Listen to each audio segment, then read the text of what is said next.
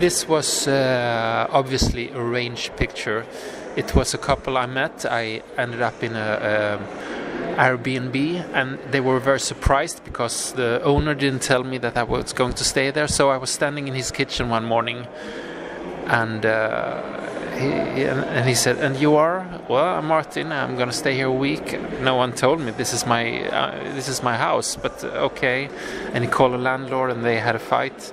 Anyway, a few nights later, we cooked together and had wine and had long talks. And this is a arranged picture with them.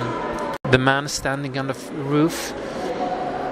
It was also one of these surprises that you just seem to get as a present, as a gift from someone. And I had been sleeping on a train, and I always carry my camera around the strap here. And I woke up, and I just a second later saw this man standing on the roof, and I got one picture and then one quick more, and then it was gone. These situations are important, so maybe that picture is better to me than to someone else. The nun. I promised myself, I put up rules when I'm doing a project. I always think before I go out on a project, or even the same morning before I go out, and I think afterwards, but never during the shooting. And before I promised myself certain rules in Italy, in Rome. Don't photograph nuns was one of them.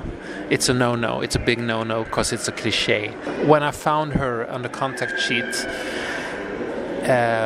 with the strength in her face, her anger with God, her whatever was talking about me, I recognize parts of my own thoughts in that, I suppose.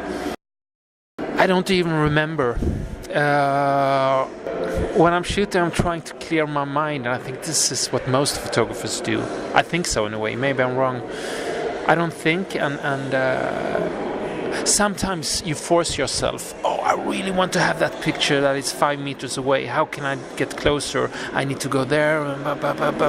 And you try and you work and you shoot and you click, and you move on. And normally, not much is happening, and it's not a game anymore. It's serious. And then sometimes you walk through, you clear your mind, and you lift the camera, and things just seem to happen. And this was one of these occasions.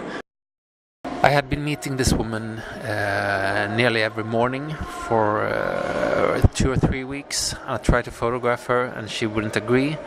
And it was almost like a game. I met her with a camera. I said, "Señorita, can I please take your photo?" And she said, no.